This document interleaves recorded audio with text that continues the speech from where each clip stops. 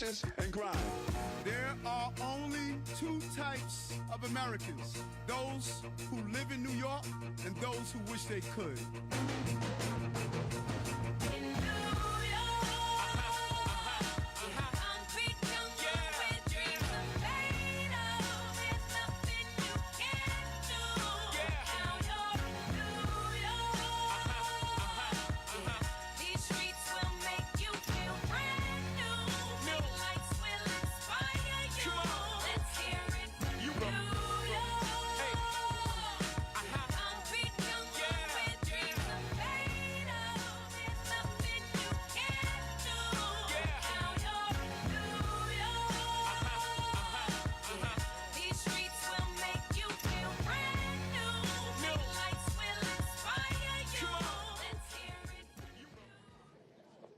Good afternoon, and thank you for joining us today for this special announcement on the city's after-school program. Thank you, Principal Sarah Pinto, for hosting us today, and everyone for joining us. There she is. Yes, thank you. My name is Ana J. Almanzar, and as Deputy Mayor for Strategic Initiatives, I am excited about the work we are sharing today, as I know it will be one of this administration's legacy accomplishment. Making New York City more affordable is one of our top priorities, and today's announcement reflects just how serious Mayor Adams and every city agency like DYCD takes this priority to heart. Today, you will hear from our after-school partners, including participants like Geneva, providers like David Garza, and DYCD's Commissioner Howard. But first, Mayor Adams will share more about this transformative investment in our city after-school program. Join me in welcoming our 110th Mayor of the City of New York, Mayor Eric Adams, my boss. Thanks, Eric. Thank you so much, DM, and really thank you and FDM. For just visionary, for just bringing in a real vision of after school and why after school is so important. It always amazed me that 7 a.m., we open the doors, we allow our children to come inside, and at 2 a.m., 3 a.m., we say, get out and we'll see you tomorrow. These beautiful buildings and structures, they have swimming pools, auditoriums, gym spaces, classrooms, all of these structures that as a child that we use them from so many different ways, but we put locks on the doors of these buildings that should be the focal points of our communities. School buildings are places where parents are comfortable in going into, no matter what their demographics may be. They're comfortable for children to go into. So why do we prevent this amazing resource to just remain closed for the majority of the time when you think about it? And so this is our way of saying we're going to do a back to the future. The things that empowered me as a child and empowered many of us who are standing here now, we're going to make access to our young people. And DM Amazar and First Deputy Mayor Mastro, they sat down, they said we're going to figure it out. And our budget director, Jacques Maurice, said, let's get this done. And we are accomplishing that. And so really hats off to you guys for making this happen in a real way. This is going to be the best budget ever, folks, the best budget ever. Our fiscal year 2026 executive budget reflects our priorities, as we've always stated. I said yesterday, and I'm going to say it again, people should go see that documentary on Beam Years. And when President Ford told the city to drop dead, he had to get a bailout from state and federal government. We are moving our city forward without that bailout. We are finding how to manage this budget with what we've had. We're going to fight in the state. We're going to fight in Washington. But we know the obligations falls here. No one elected me to define the problem. They elected me to solve the problem, and we're going to do just that. And so to make New York City the best place to raise a family, we need to make sure young people and families have opportunities to thrive. And that includes providing after-school programs they can't attend with that New York favorite four-letter word, free, F-R-E-E, for all students. After-school programs that are free for all students is our way of saying to families and loved ones and children that we hear you, we see you, and we're going to make it happen and continue a rich tradition that started 20 years ago when Mayor Bloomberg started a groundbreaking program to support families and give students the ability to place to continue to learn after school. Hats off to Mayor Bloomberg. We're taking the baton and taking it to the next level. We knew when he put that in place that he came with some budgetary restraints. The dollars needed to be found to continue it, and we have done just that. Every family across the 5 boroughs should be able to count on our city to invest in their children, and that's why today, the announcement we're delivering on our promise to do just that. Today, as part of our budget week, we're unveiling the best budget ever with an interest and an investment in additional $331 million to invest in our vision for after school for all children. This includes $136 million to serve over 20,000 additional K-5 students in Department of Youth and Community Development programs, which will be baseline every year going forward, starting in fiscal year 2028. Also included in the funding would be $195 million starting in next fiscal year to support rate increases for the first time in 10 years for these after-school providers. For over 10 years, they have not had those rate increases. They're going to have it under this administration. In total, we're raising the annual budget to $755 million by fiscal year 2028. That's a 78% increase in funding in just 3 years. More importantly, our investment will provide more public school students with access to after-school program, which is our focus and our goal. Starting with 5,000 additional K-5 seats for the upcoming fall school year, 10,000 more seats in the fall of 2026, and 5,000 more in the fall of 2027 as we see this roll out and continue to move forward with it. In just 3 years, 20,000 more seats for students will have these opportunities that they need starting today. In the fiscal year 2027, we will work with local communities to determine whether we need to secure additional seats in the coming years. But we are doing more than just expanding after-school programming. To achieve the vision of universality, we are also strengthening our current after-school system by issuing the first request for proposal to providers. This will give providers base rate increase for the first time in 10 years, stabilizing nonprofit organizations that provide these invaluable work and supporting their employees who serve New York City children. These employees are often overlooked. We want to continue to invest in employees so they can invest in our students, and they will be an investment for our entire city. After School for All will bring the total number of K-8 students who can attend after-school program to more than 184,000. Think about that for a moment.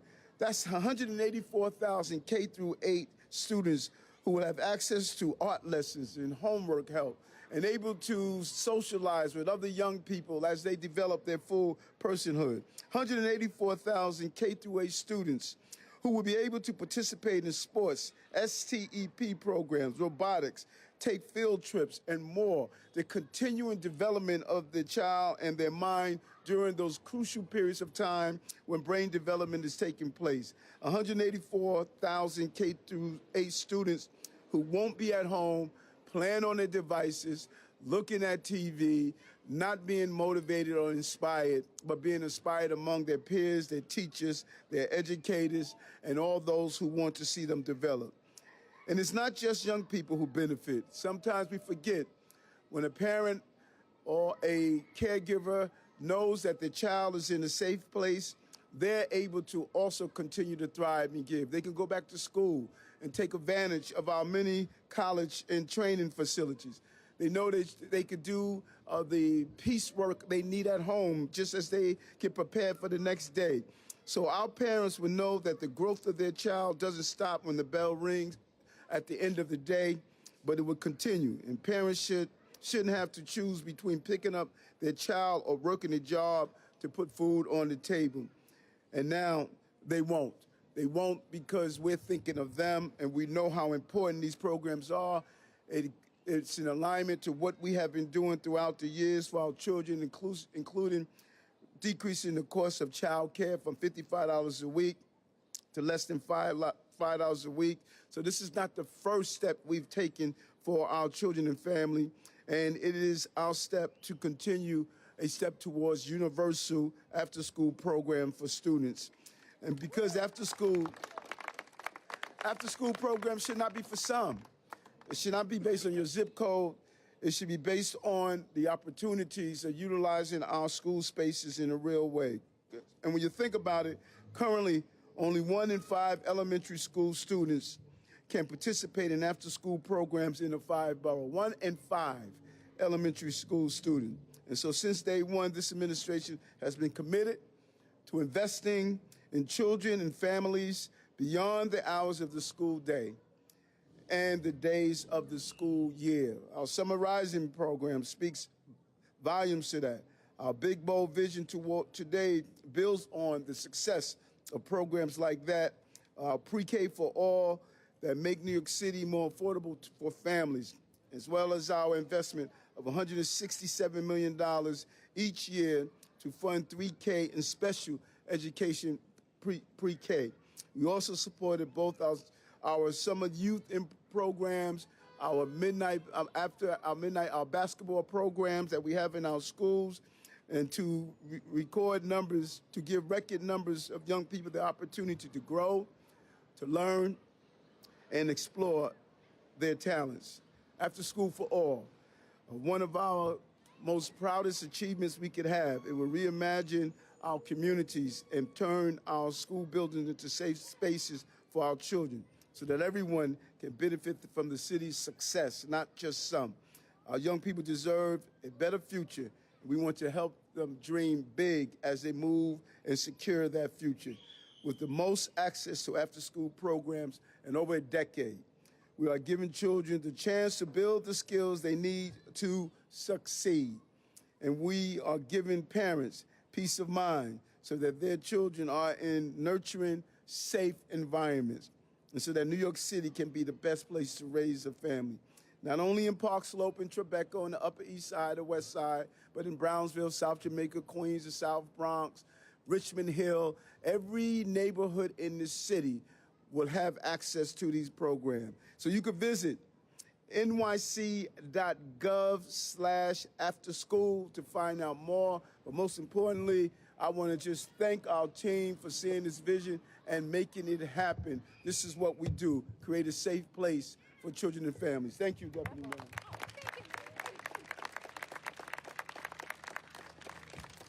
I think my heart is going to pop out of my chest, and I just want to give a big round of applause to our mayor for encouraging us to dream big and to push this forward. Thank you, Mayor. And thank you for your dedication to our youth and for your support to everything we do, that we think about how we can help our young people be safe and learn and dream big. I also want to thank and acknowledge, as the mayor mentioned, our first deputy mayor, Randy Mastro, for his encouragement and hard work, Deputy Mayor Camille Joseph Varlak, our OMB director, our beloved colleague, Jacques Jihad. I am now going to thank my colleague, Michael Nolan, who's going to get super red because I call him out. Thank you for all your work in pushing this forward as well. This has been a big team effort. I know that the financial investments like this one reflect the work we are committed to in this administration to support all child care programming, including after school. Our after school programming includes engaging children in STEM, the arts, recreation, and components of career readiness. So getting our program model to this point, it took some time and engagement with some key stakeholders. Thank you, David. We will continue this engagement in the months to come, in the months ahead, which will be managed by our amazing team at the Department of Youth and Community Development. So it is now my pleasure, and please don't tell anybody, to introduce one of my favorite colleagues, my friend and Commissioner Keith Howard. I won't.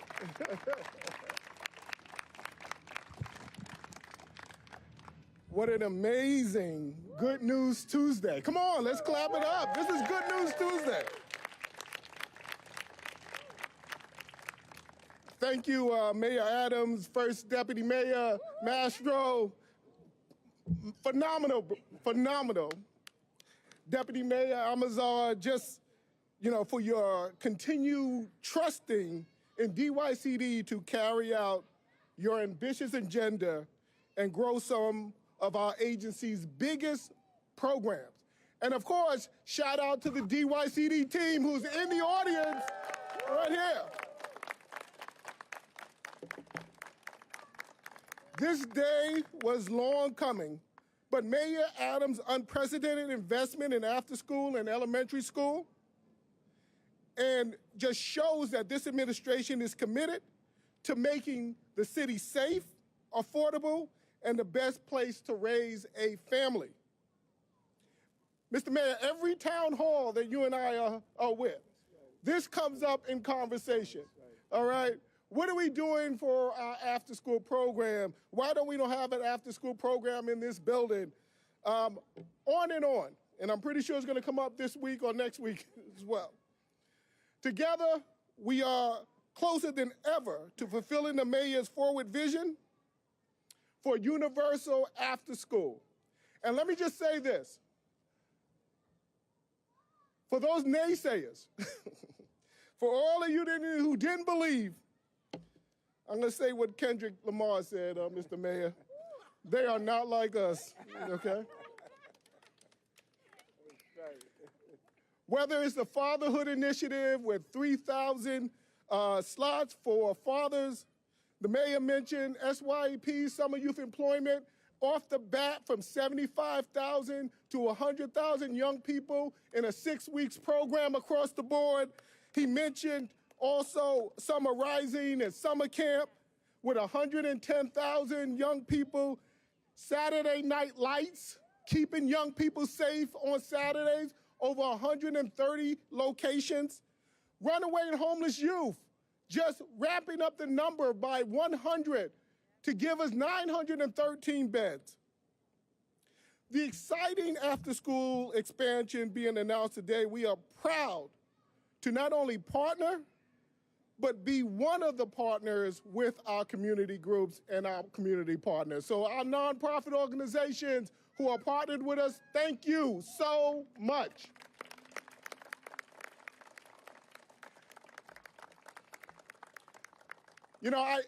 I don't speak only as the commissioner. I know firsthand the value of creating enriching and meaningful opportunities for young people. Like the mayor, I'm in these streets. In these streets, in these communities, visiting programs.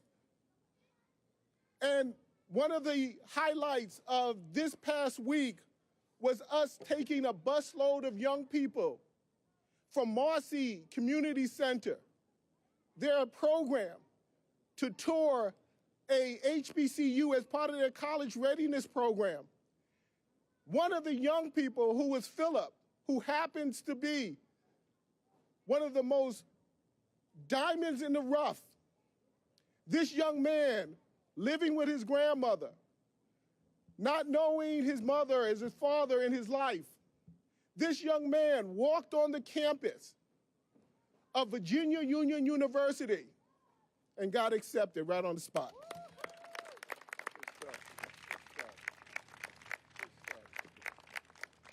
If it's not SYEP is the other programs that the mayor has challenged us to do and to ample up, just like the deputy mayor said.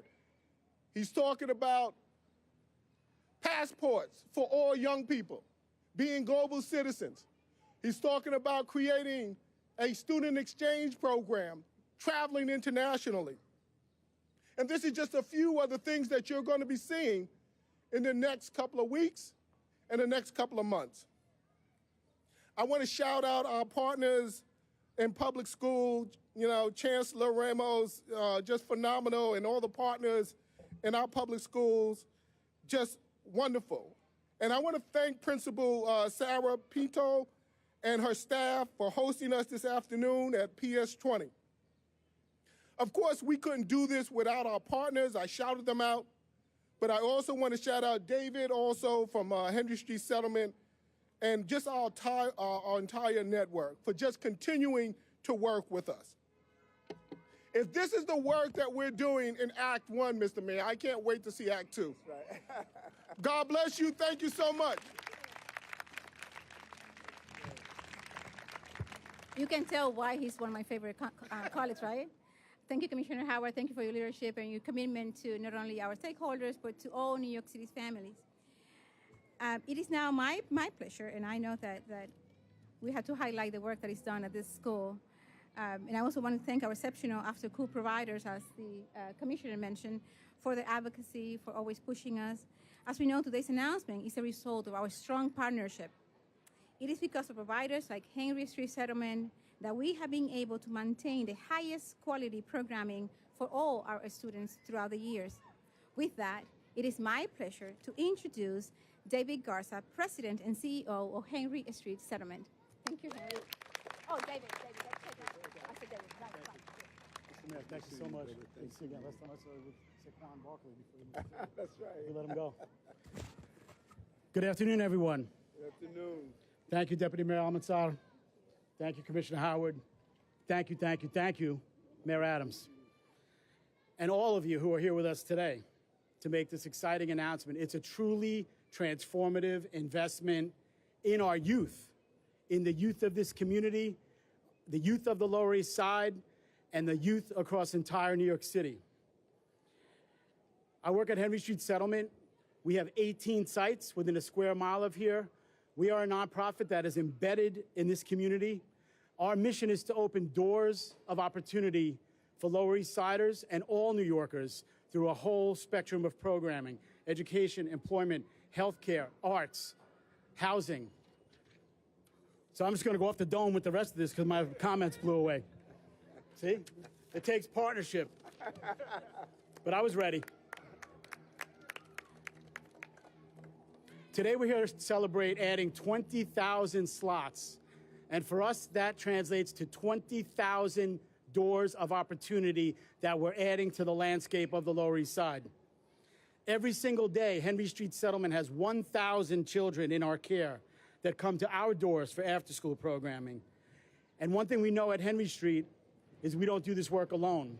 We do this work in partnership with District 1. Want to shout out Carrie Chan. Where'd she go? I don't know. Of course, we want to shout out Principal Pinto, longstanding partner here on the Lower East Side. Want to shout out all my United Neighborhood House colleagues, some of here today. We do this work as a collection of settlement houses so we can canvass the whole city. And I want to shout out the entire Henry Street Settlement team and PS 20 team who's all here with us today. I want to shout out Geneva Moore, who we're going to hear from a little bit. Because today's announcement marks an unprecedented investment. And we're grateful for the expansion of slots, we're grateful for the increased rates, and we're grateful for such a thoughtful strengthening of the program. At Henry Street, though, with 132 years of experience of delivering these services, we know that programs don't help people, people help people. The increased slots will help us reach more kids. The increased rates will help us recruit, develop, and retain more talent, because we know that people help people. I know it professionally from my 25 years of service here on the Lower East Side, and I know it personally On April 25th, Friday that just passed, I stood with 9 guys that I went to the 3rd grade with and that I still stand with today. And we stood at a memorial service in Melbourne, Florida, for a guy named Kevin Sullivan. We called him Bulldog. We all met him. All these guys happened to come from single-parent families in 1970s Brooklyn. We met him in the context of after school. He was our guide. He was our mentor. He was our coach. He was our protector. He believed in us. When other people looked down on us, he looked up. I stand here today because of the belief that he put in me. He made me feel like I was okay at a time that I did not feel okay. And for that, I am forever changed and forever grateful. And I see and I understand it viscerally that the 1,000 young people in our care are lit up the same way and lifted up the same way as Kevin lifted us up. So when I get the text message at 2 o'clock in the morning from someone who's been put out of their house with no shoes on their feet, and they're 20 years old and they don't know where to go, I know them because they were in our after-school program there when they were 10. When I get the text message from someone who's away at school and they need 3 weeks of funding to get to graduation or 3 weeks of dollars just to make ends meet, I know them because they played in our basketball program when they were 12. And we're still here for them. Because when you say, I'm here for you, you have to be here for them. The investment in this program puts us in a position to be here for you, because we can't be here for you unless we're here for you. And we stand here today in a way that's resourced, and it's that power and that promise and that potential that we embrace as a provider today. We're here to unlock it. That's okay, yes. We're here to unlock it. We're here to embrace it. And as Henry Street and PS20, we're here to execute on the ground. In the 25 years that I've worked at Henry Street, I've never seen this kind of investment in our after-school programs. This has been a long time coming, and we stand committed to continue to work in partnership with the mayor's office, DYCD, in gratitude to the mayor, but with a whole constellation of stakeholders to make it work. We're grateful to UNH. We're grateful for the other settlements, 6 of them in this neighborhood, 40 of them across the city, hundreds of providers to open those thousands of seats and those thousands of doors to opportunity that we talked about. We're grateful for the council's advocacy. Althea Stevens went to Henry Street programs because the inclusive and thoughtful way that the mayor has partnered to put together this concept paper and put together the operating program and the concept paper, that's inclusive, thoughtful leadership, and that's how progress and change gets made. So we stand here profoundly grateful and committed to work in continued partnership. Thank you for coming to the Lower East Side for this transformative investment in our youth. Thank you.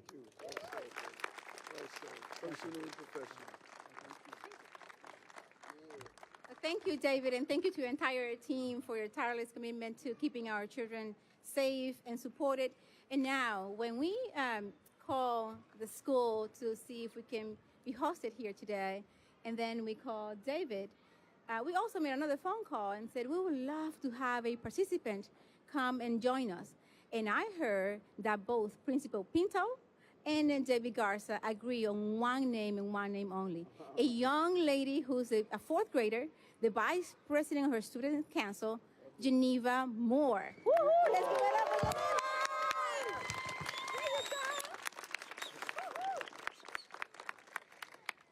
Good afternoon, everybody. My name is Geneva. I am a student at PS20, the Anna Silver School. I love my after-school program. It's called Henry Street After School. We get to create lots of projects and meet new friends from other classes. At PS20, our students speak lots of different languages. I also like putting on shows for our families so they can see what we've been learning. Every student in this school deserves to go to after school and have fun like me. Thank you for making this happen.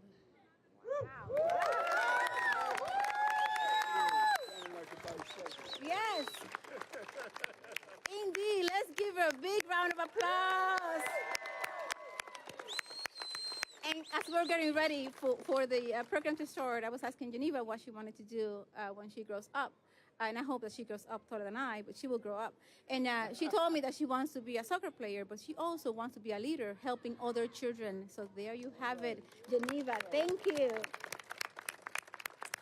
And I want to thank you, and I want to thank every student and family participating in our nation's largest after-school system. And we want to continue on your success. We are invested in your success. In the coming months, please keep an eye out for our concept paper that we'll be releasing soon, and for all the engagement that our office and the Commissioner's office will do to make sure that we put in practice a fantastic program as we have done for the last 20 years under the YCD. Thanks, everybody. And now, up to questions.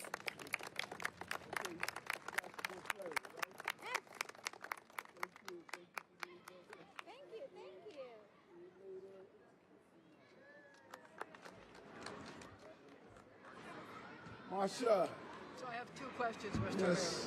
The first question is this: what do you think this is going to mean to working parents that they're going to have this option for their kids to have after-school programs? Extremely important. We had after-school program, many of us that are here as children, but I always talk about my oldest sister lost her entire childhood taking care of her 5 siblings.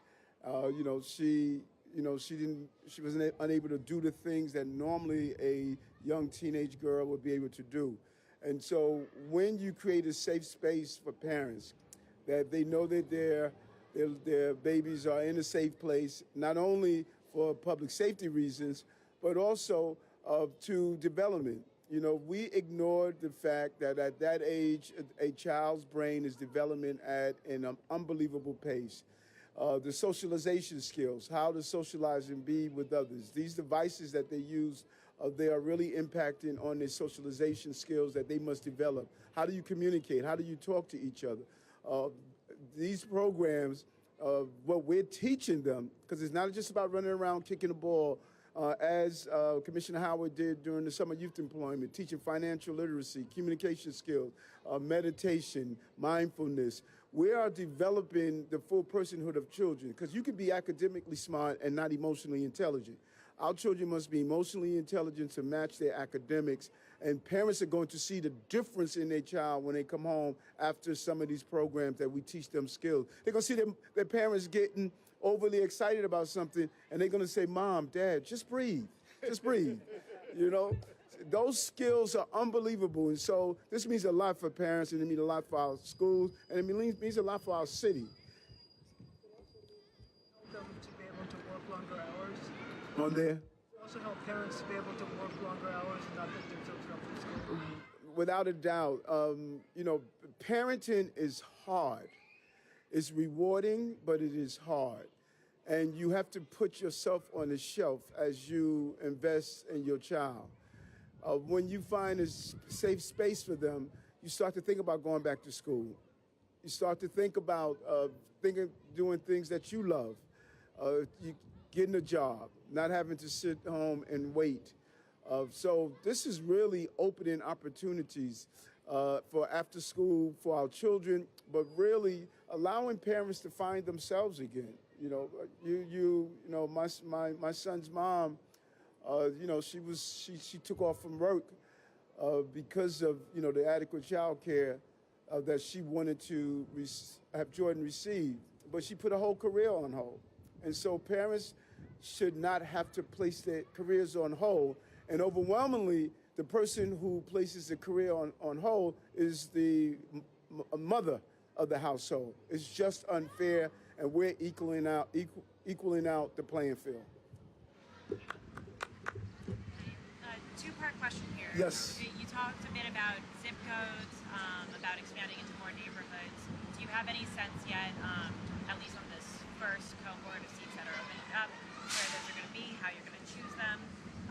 And two, if you have a mayoral race coming up, if you're reelected, in order to make this truly universal, what steps are next? Would you need Albany's help to do so? Yep. We're looking at those neighborhoods with greater needs, as you just pointed out. We want to make sure when we do analysis of where after-school programs are and where opportunities for doing extracurricular activities after school, there's clearly communities where they don't exist.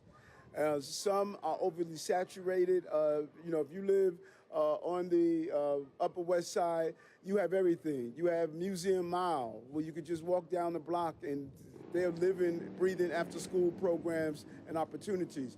We want to go to those places where those opportunities don't exist, and that's part of our analysis to do so. But we want a universal. Even if you are Museum Mile, we want you to have opportunities as well.